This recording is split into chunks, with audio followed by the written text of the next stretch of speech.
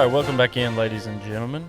It is Dog Talk with your host Holden. Glad to have you guys here tonight as we get back into another episode.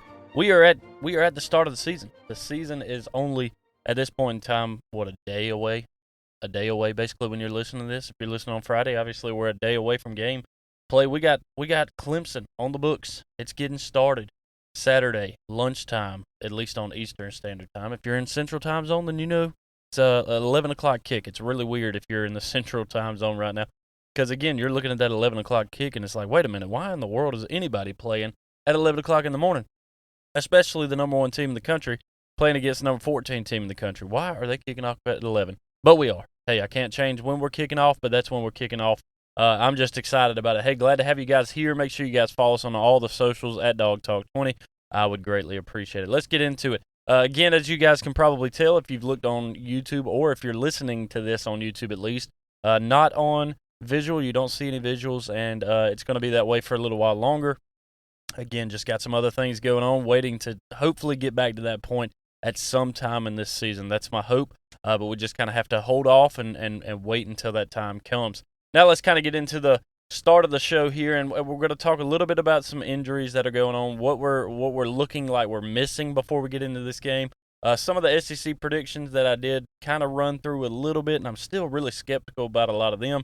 Then we'll run through the Georgia-Clemson game coming up, some games around the country, and then obviously we got to talk about what happened in Ireland this past Saturday. But let's get right into it. Georgia's going to be starting the season without Roderick Robinson. Obviously, he had turf toe and had surgery, I believe, on that here over just a couple of weeks ago. As a matter of fact, it might have been last week that came up. So we're going to be without him starting the season, and might also be without Trevor Etienne as well starting the season, the transfer from Florida that's been with us. Not really sure if we're going to have him to start the season. Kirby has kept that really tight to the chest, understandably so.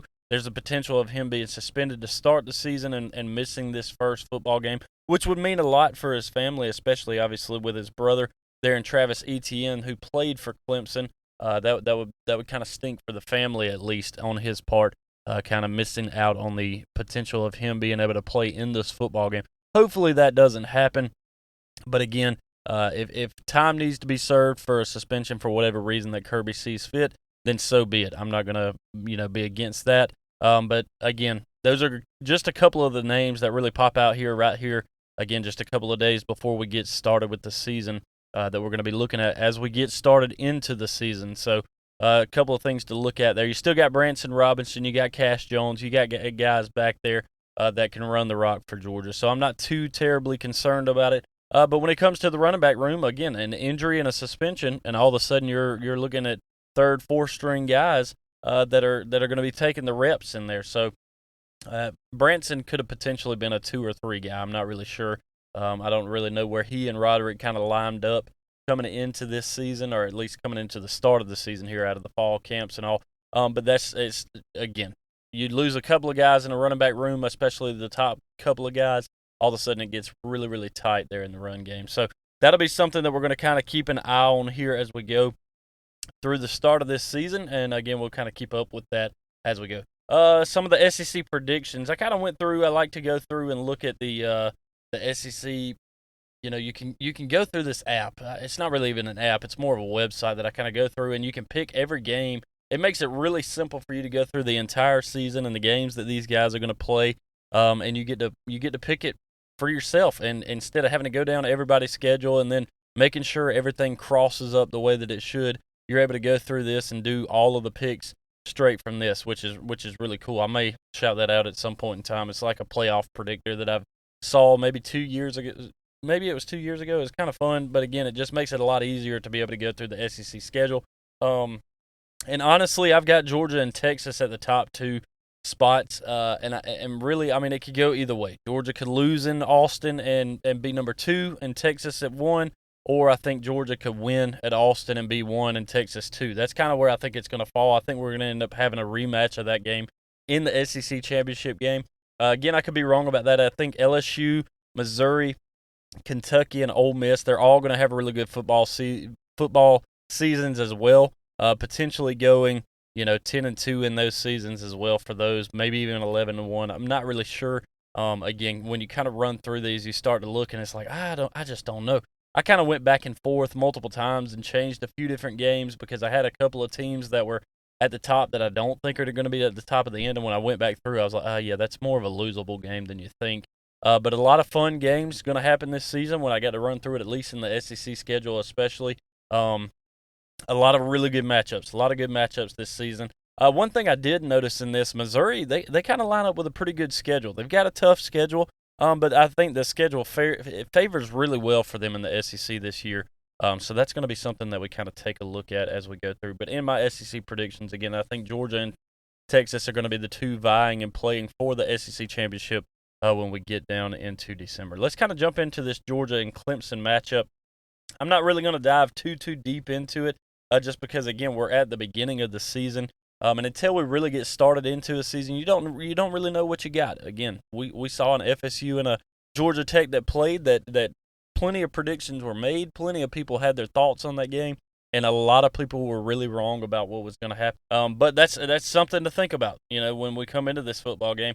Again, some teams are going to start this season, and they're not going to be the way that we think that they're going to. I mean, it's the start of the season. Everybody knows that. It turns out a lot different for a lot of different teams, and that's just college football. I'm excited for it to be back, and that's part of it.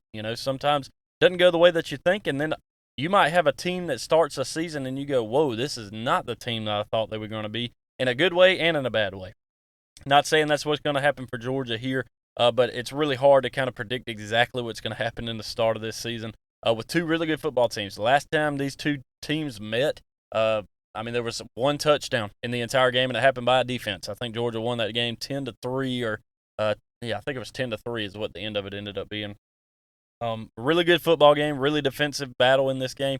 I think Georgia's offense is a lot better than it was that season. Not that Georgia's offense wasn't good that season. It obviously got rolling after that game, but that was such a great defensive football team in Georgia, but also in Clemson that game. That's the reason it was as low scoring as it was. I don't think this one's going to be quite the same. I think Georgia really comes into this game offensively just a really big powerhouse in this, where I feel like Georgia can score a lot more points. But I still think that Clemson's defense is good enough to kind of slow Georgia down a little bit. So I don't think Georgia's just going to walk away with it. And I also don't want to discredit what I think that Georgia could actually, or what Clemson could actually do in this football game too. And I do have a prediction on it. I did put it up for everybody. I'll make sure that I put it on socials as well for the opportunity for you guys to also try to pick that same thing. But Georgia-Clemson in this one, Georgia is a 13.5-point favorite. The over-under on this was 48.5. I'm going to pick this one at 34-17, dogs on top. I feel like Georgia could really come into this game and handle business. I like that spread right there, that 17. I'm not going to tell you to take the 13.5 because that's a great opportunity for Georgia not to do it. If you guys have followed along with the show long enough, you know that a lot of times when I pick the spread, Georgia doesn't seem to cover it. So that is what it is. I'm not going to pick it in this, but I do like that 34-17, and that's enough to give you the over 48.5. So I would take that in this game. And then let's see what else we have on here. Some of the other games that are going on around the country. There are a lot of games going on right now as I'm recording this, which has been a lot of fun to see. Some teams that are struggling starting the season, some teams that are not, some teams that are absolutely firing on all cylinders. So that's going to be a lot of fun to look at. Let's see. North Carolina State or NC State, they're playing tonight. You got Mizzou also playing on a Thursday night. Kansas is also playing. Utah, and I think Colorado, a couple of other teams are also playing on Thursday night. So some big games. They've already kicked off in a lot of these games, and some of them are looking pretty close early, which I'm a little surprised by. But some big games going on there. And then we also have some really big games going on over the weekend as well that we want to keep an eye on. Especially when we get into that Saturday slate, because, again, you get like a Penn State, West Virginia. I don't think West Virginia is something to sleep on, so just something to think about there as you get into that one. Colorado State, Texas, don't expect that to be much. Miami, Florida, that's a really big one this weekend. A lot of people are touting up Miami there for winning the ACC. We'll see how it goes. That's a good test to start the season. Notre Dame and Texas A&M playing. Really like that game. You get the night game there between those in College Station. That's going to be a really good football game there as well. And then we move on to the Sunday slate. Sunday's probably one of the more interesting games and more intriguing games to me with USC and LSU facing off there Sunday night. That's going to be a fun one to kind of wrap up the weekend. I think there may be a game also on Monday, but I can't remember what game that was supposed to be. That might be on Monday. So I'll look back at it and we'll see who it is that actually comes to that part. So let's see where we wanted to wrap up with this. Oh yeah, last thing that I kind of wanted to talk about here. Not really doing a lot of predictions starting the season here with score predictions or anything like that. I don't have keys to the game in this one. I really want to get the season started and kind of see where we stand on the season before I dive into some of those. Because I could tell you, hey, throw the ball, run the ball. Those are good offensive keys. Stop the run and stop them from throwing on you in defense. And that's pretty simple. Starting the season there, that's a great way to win a football game. So, not going to do that in this episode. At least getting things started. But I do want to kind of wrap up with the Georgia Tech FSU game that obviously happened last week in week 0, starting things off. Rough start for FSU, a team who did not lose a football game last year until they faced the Georgia Bulldogs, and all of a sudden just completely fell apart against another team out of Georgia and Georgia Tech in Ireland on the main stage that everybody was watching. Hate it for the FSU fans out there, especially because, probably should have got in last year, didn't get in, and to start the season this way really is kind of, just a really downtrodden way to start the season. But I hate to give credit to the Techs as well, but I've got to there because Haynes King and the offense there, they were at least able to put enough together to win that football game in a scenario where probably shouldn't have. FSU made enough mistakes that they lost that football game, but nonetheless, you have to correct those mistakes or not make them to win a football game in the first place, and the fact that they didn't do that obviously showed in that one. Don't really know if I have a lot of criticism for DJ Uiagalelei in this one. Honestly, I just don't know. Again, some of these teams that you're going to see, they've had a quarterback who's been in the system for years, and you got a guy in DJ who is just coming into this and just starting this season with this team. So there's not a lot of continuity that's going on between him and the other players. I still think that he meshes well with that offense. They just got to get things started, and that was a really, really slow start there against Georgia Tech to start things off. Like I said when we started that game, the spread on that one was not one that I would touch whatsoever, but the under was definitely that. The spread, perfect for myself, and the under also hit. So if you listen to me in that, you did pretty good with that, but I'm not going to say that that's something to listen to for the entire season because, again, if you've listened long enough, you know that, hey, it might not always work out. Otherwise, I'll check in with you guys next week. Actually, I'll check in with you guys on Sunday after the game against Clemson. Go Dawgs.